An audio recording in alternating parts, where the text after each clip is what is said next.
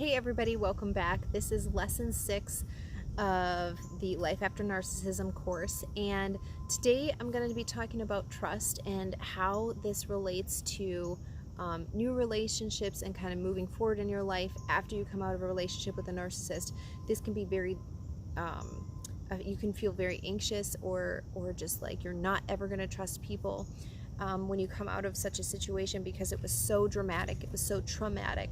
And today I want to talk to you about getting over some of these things so that you can really live your fullest life.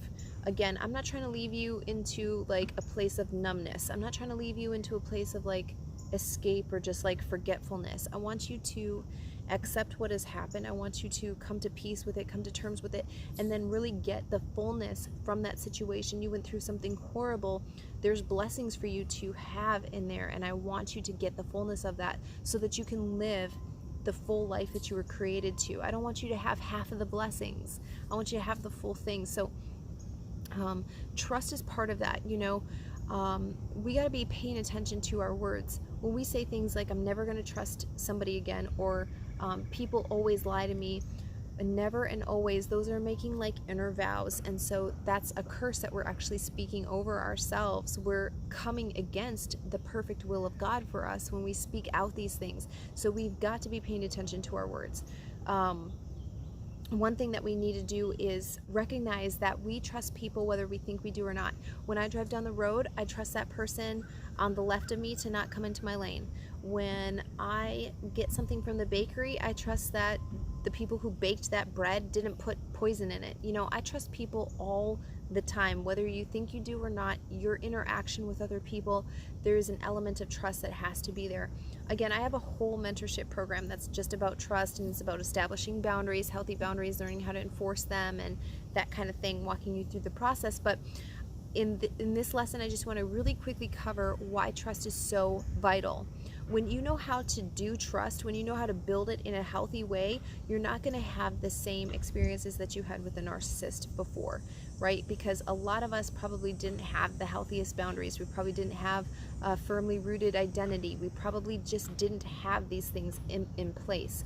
But when those things are in place, then there are steps for people to come from, we just met them, into the inner circle. And a lot of times what we do is we either like trust everybody, right? Like, oh, I just met them and it's providence that they're in my life, and so we invite them into the innermost parts of us. Or we've known somebody for 20 years but we've never built a real relationship with them. We have all kinds of walls up still, even with them.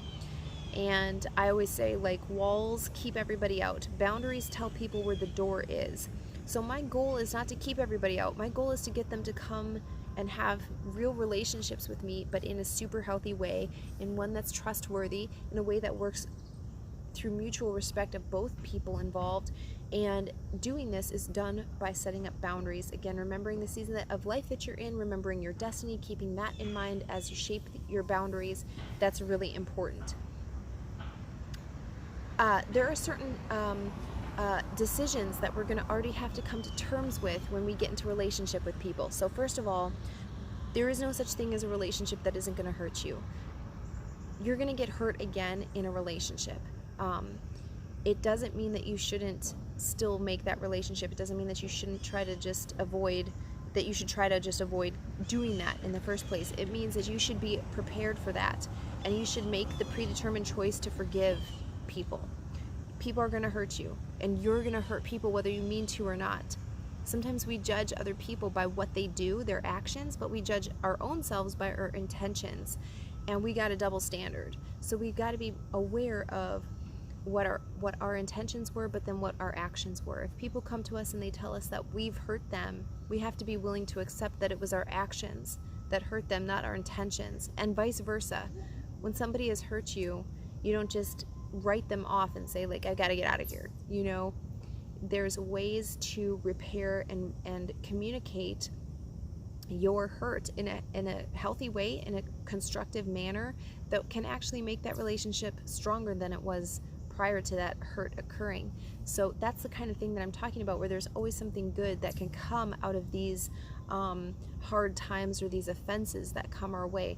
But we have to have a soft heart. We have to have the ability to hear from the Lord and listen to Holy Spirit as He moves us in these situations, and trust that He is going to make everything work out for our own good. In my own life, I found that that was something that was lacking, was that I didn't trust God. I didn't trust Him that He was who He said He was.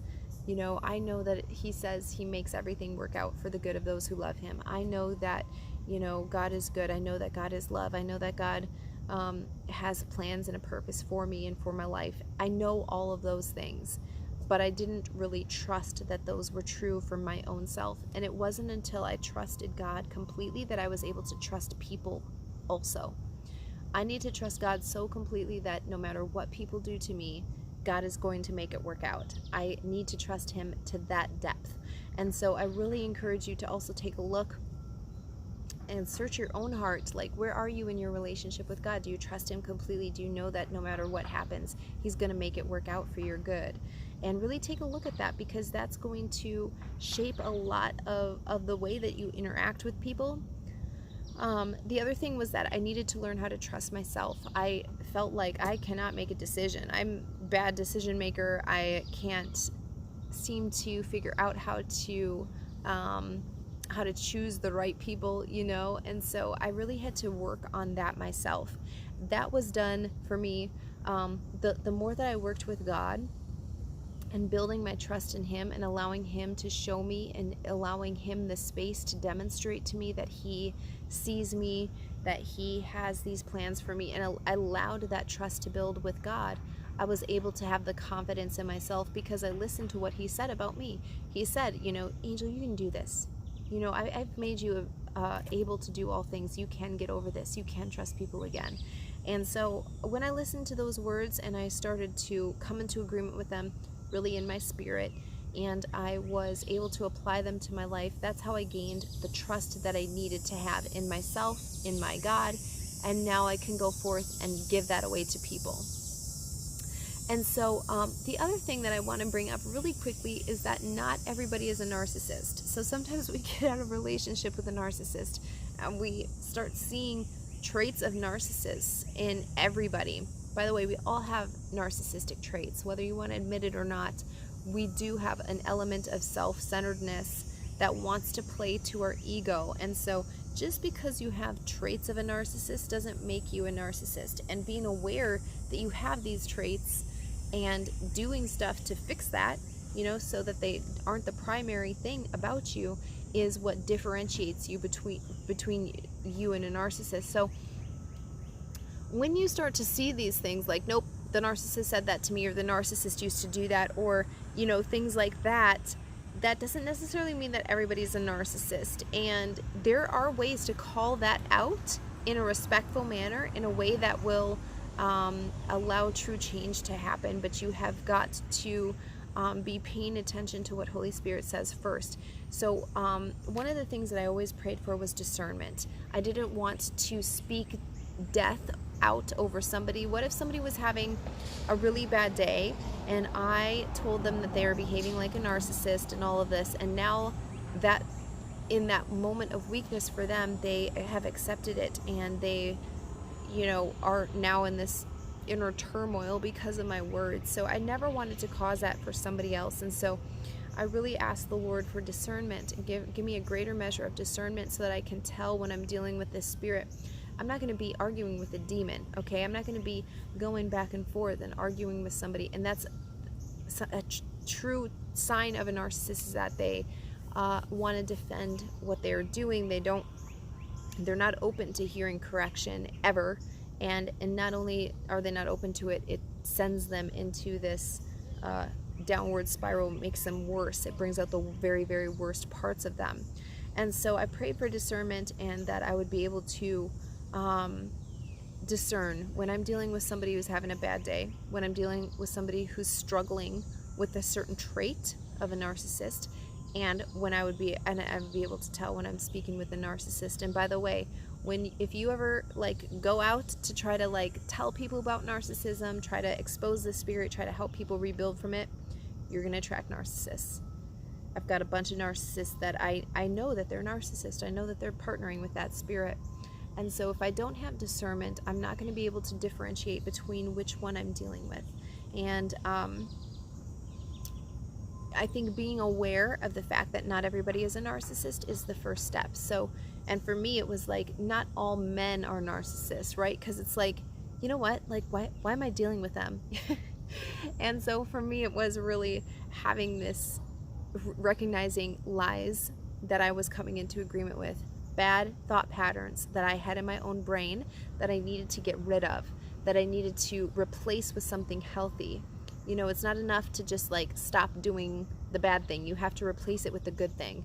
And so trust is a huge thing about this. You know, I trusted God. I said, if I trust God so much, I know that he's not going to lead me to a narcissist. I know he's not going to lead me into a situation where I'm back with, you know, in that old situation that I was before.